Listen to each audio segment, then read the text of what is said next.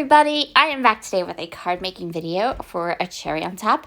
So Cherry on Top has recently started carrying Honeybee stamps and dies, and I love them. I'm showing you all of the fun little products I'm going to use today. We're going to do some jelly press printing. We're going to use some distress oxides, including the brand new salvaged patina. I also have some honey colored distress oxides and some browns. So we're going to start just with our, and a brayer. Don't forget a brayer. We're going to start with the gel press. So this is a 6x6 gel press, which means if I take a lovely thick white piece of cardstock and cut it into fourths, I will have 4 6x6 pattern papers. Now, something to consider if you are not a card maker. What I'm going to be doing today is pretty much printing my own 6x6 pattern papers. And once you have those 6x6 pattern papers created, you can do whatever you want with them. The ones I'm going to share with you today are really simple. So these are easy patterned papers to make on with your gel press. I'm also going to be using a large watercolor palette from Altenew. Just be sure if you get one of these watercolor palettes, they work fabulously as long as you remember that there is a top and a bottom and you don't accidentally put it on your desk upside down, which I have done. It's not pleasant. It kind of makes a huge mess. I am working with speckled egg first. So I am going to use some speckled egg, and then I'm going to water down a bit of tumbled glass.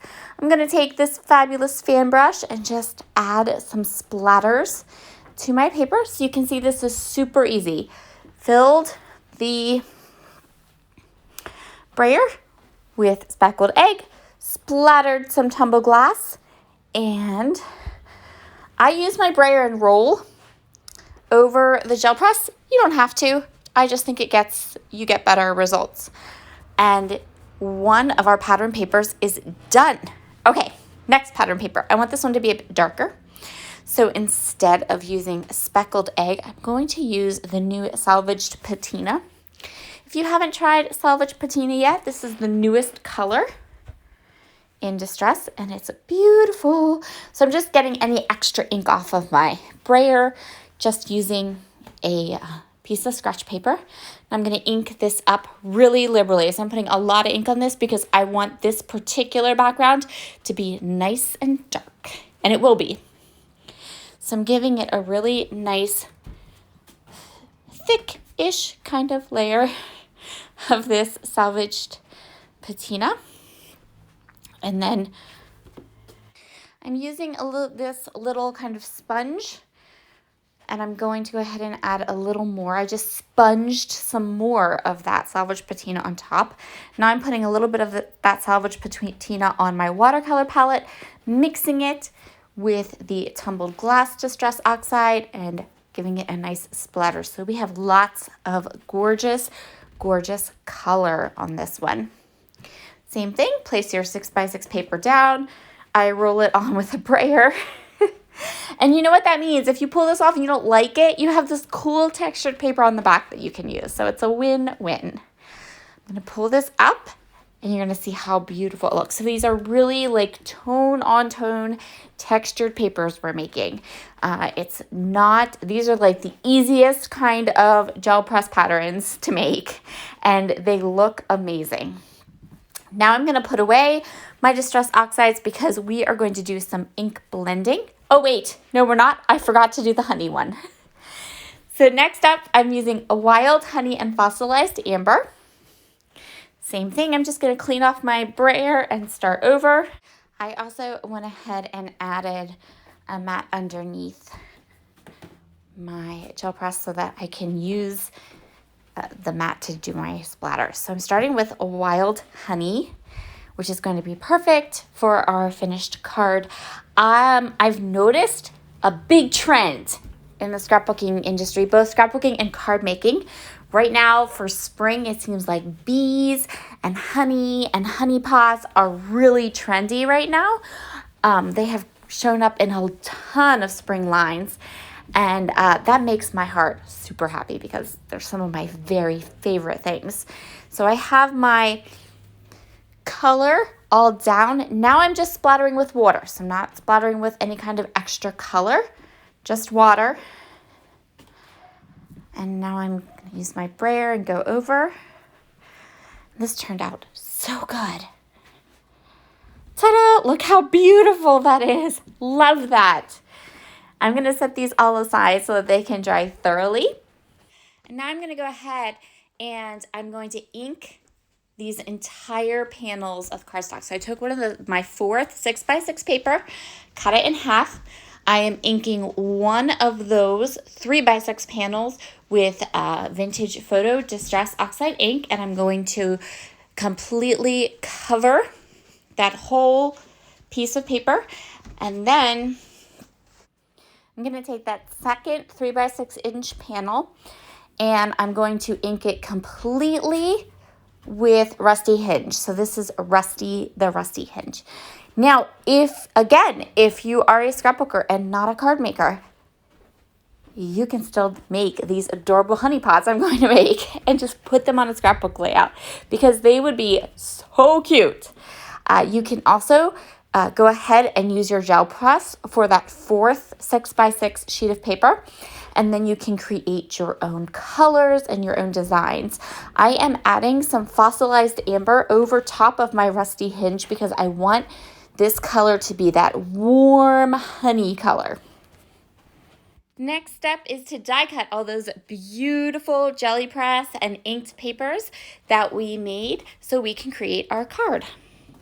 So I lost a bit of footage here, but nothing important. So all I did was I took all of my die cut pieces of the honey pot and put them together. I'm going to pull this in for you because I think the hardest part of putting all of these paper pieced items together is this honeycomb. So there's a couple different layers to the honeycomb, and what you have to do is you have to put the honeycomb down and then the honey, which is separate, and then each of the little comb for the honeycomb pieces, that little like honey stirrer, you need to put those in one at a time. I used my Altenude 2-way glue pen, which worked out fabulously. I also, when I layered up each of the parts of the honey pot, all I did was I just inked the edges in coordinating colors. Nothing special, just like you would ink in the edge with a domed dauber or whatever. But look how cute. So these paper pieced projects from Honeybee stamps are delicate and detailed. So if you like a really nice paper pieced delicate embellishment for a card or scrapbook page, these would work perfectly. I have loads of this pattern paper left, which means I can go ahead and make many more of these cards just by die cutting the rest of the pattern papers. So I'm getting my honey pot exactly where I want it on my card, and now I'm going to decide on a sentiment. So this sentiment stamp from Honeybee Stamps is so cute. The font is beautiful, and the words, while being really good for cards, are also really good options to create a title with. So something to think about when you are looking at cards. Or stamp sets, I always make sure that if I am buying a stamp set, the sentiments on it will work for both a card or a scrapbook page.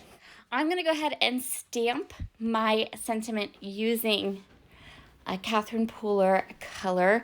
It is called, just a second here, let me make sure I know. I put my card panel in my Misty, but I haven't glued down the honey pot yet, so I can move that honey pot out of the way if I want to. It is called, Over Coffee? No, Icing on the Cake. That's it. All right. So this color of ink is called Icing on the Cake, and it's this deep, dark brown. I didn't want black because I have no other black on this page.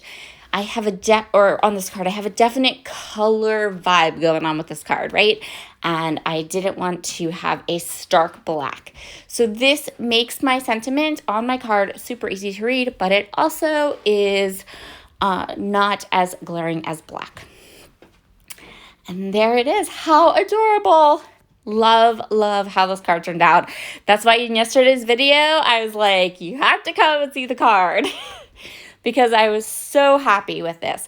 I love this Honeybee stamp set. I love this Honeybee paper piece things.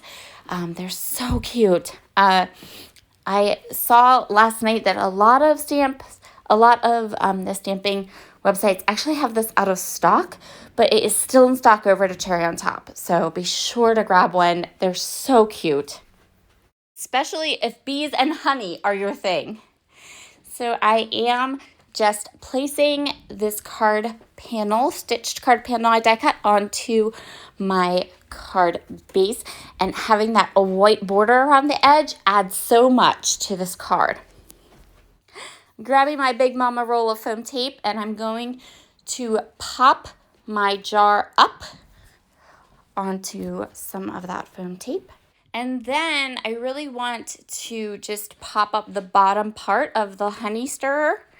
So I'm just putting a bit of foam tape just on the bottom part because it's going to kind of lay over my honey jar. And I just want to make sure that the honey jar and the stirrer are at the same height. Last little detail on my card is going to be these Morning Dew Nuvo drops. So these dry completely clear. And what I'm doing is I'm covering all the little honey drips with this Morning Dew Nuvo drop. And then you'll see in the close-up at the end that when this dries, it just looks like honey is dripping out of the jar and off of the stirrer. And it's so cute.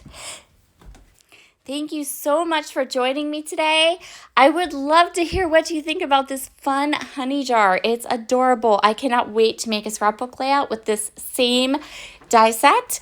It looks so good. I was so impressed with it. I hope you all have a fabulous day, and I will see you all again very soon. Bye.